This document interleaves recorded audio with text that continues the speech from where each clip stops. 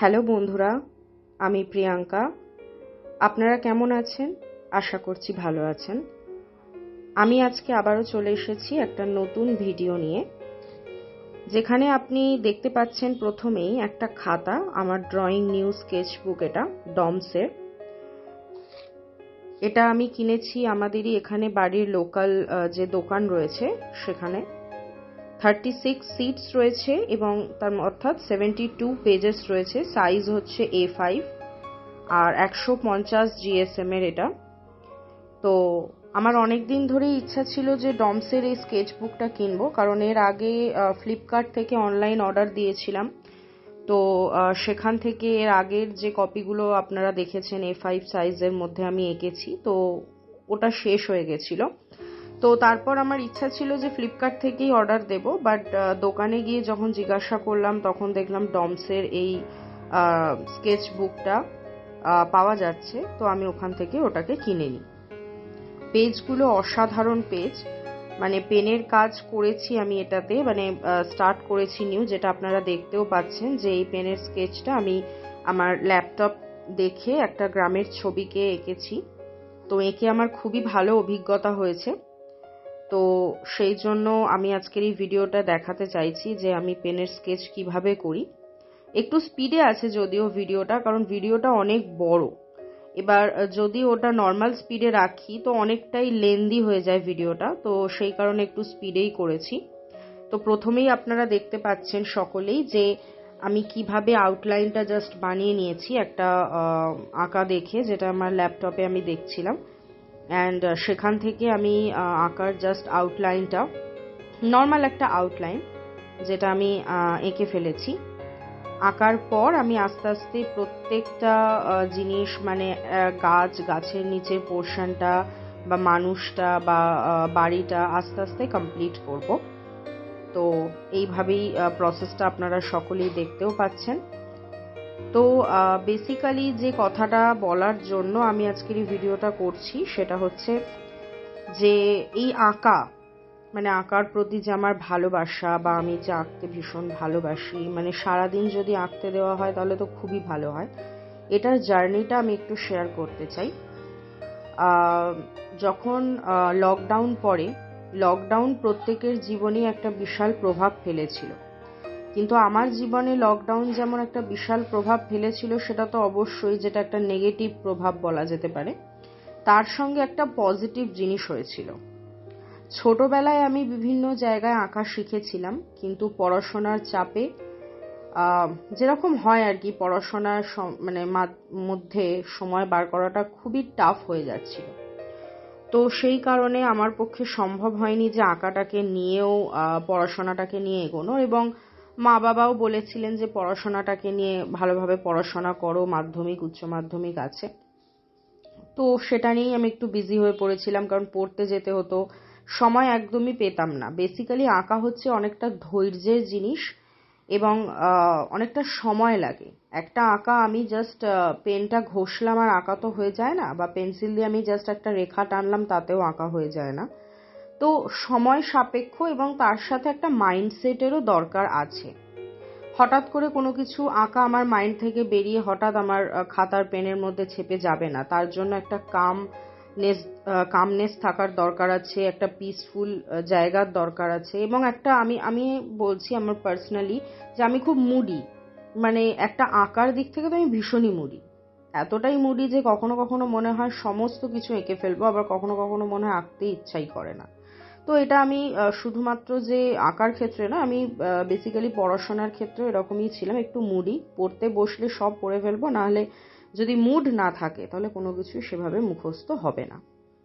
তো যেটা বলার জন্য আমি ভিডিওটা করছিলাম, 2020 সালে যখন লকডাউন চলছে, তখন ঘরে বসে থেকে ওই রিলস দেখা বা ফেসবুক ছাড়াও হঠাৎই আমার মানে ফেসবুকে নিউজ ফিডে একটা জিনিস আসে। সেটা হচ্ছে একজনের আঁকা, যেখানে একটা রিয়ালিস্টিক আঁকা হয়েছিল, একটা ফেস।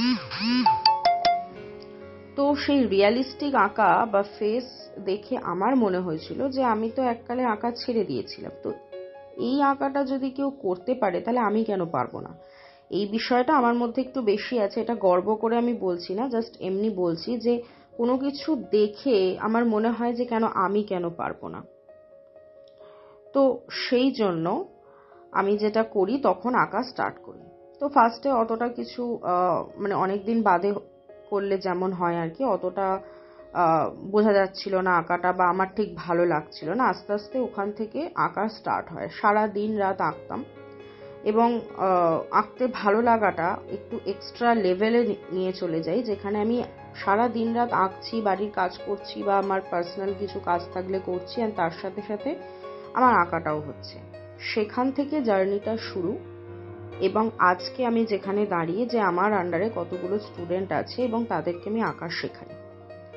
তো বেসিক্যালি আমি খুবই বলতে পারেন যে আপনাদের সাপোর্ট যেটা আমি পেয়েছি, তার জন্যই হয়তো আজকে এই কটা স্টুডেন্ট পেয়েছি, না হলে তো পাওয়া সম্ভব হতো না।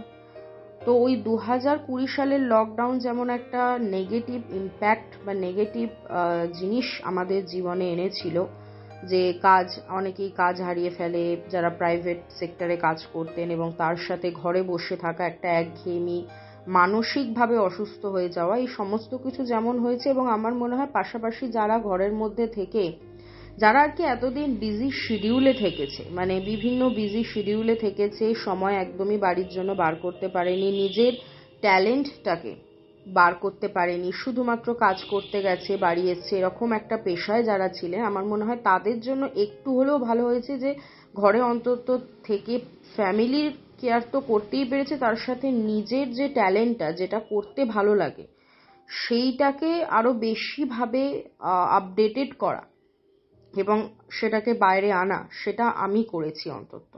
যে আমার নিজের ট্যালেন্ট, যে আমি আঁকতে ভালোবাসি, এবং শুধুমাত্র আঁকা নয়, আমার হাতের কাজ করতে ভালো লাগে।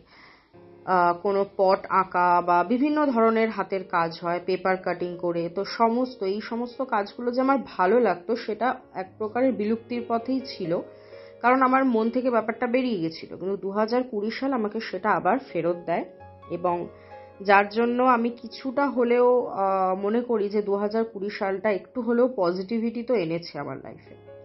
তো তার দরুন আজকের আঁকা এবং এইসব। তখন আমি রিয়ালিস্টিকই আঁকতাম, এখন যদিও রিয়ালিস্টিক আঁকি না, বেশি পেনেরই কাজ করি, কারণ আমার পেনের কাজ করতে হঠাৎই কেন জানি না অতিরিক্ত ভালো লাগছে, এবং তার জন্যই আঁকাটা আপনারা দেখতে পাচ্ছেন, একটা গ্রাম বাংলার চিত্র যেটা আমি তুলে ধরেছি আপনাদের সামনে আমার পেনের কাজের মাধ্যমে।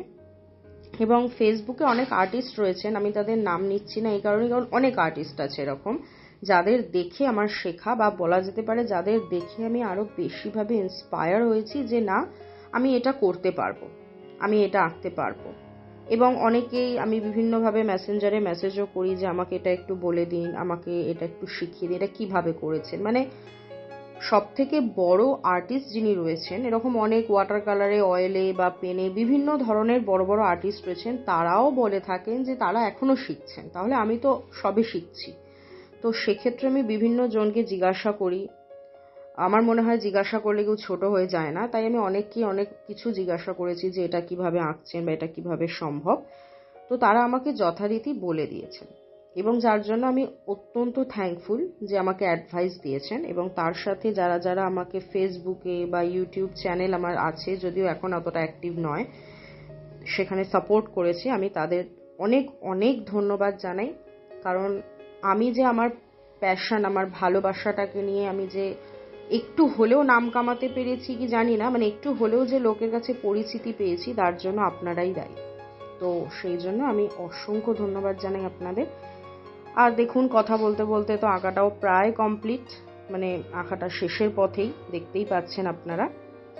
এবং আমার আঁকা যদি আপনাদের ভালো লেগে থাকে, এবং যদি মনে হয় যে না আমার দ্বারা আরও কিছু হতে পারে, তো সেক্ষেত্রে আপনারা আমাকে অবশ্যই সাপোর্ট করবেন, জানাবেন কোনখানটা কীরকম হচ্ছে, কীরকম লাগছে আপনাদের, এটাই আমি আশা রাখি, এবং এটাই আমাকে এগিয়েও দিয়েছে।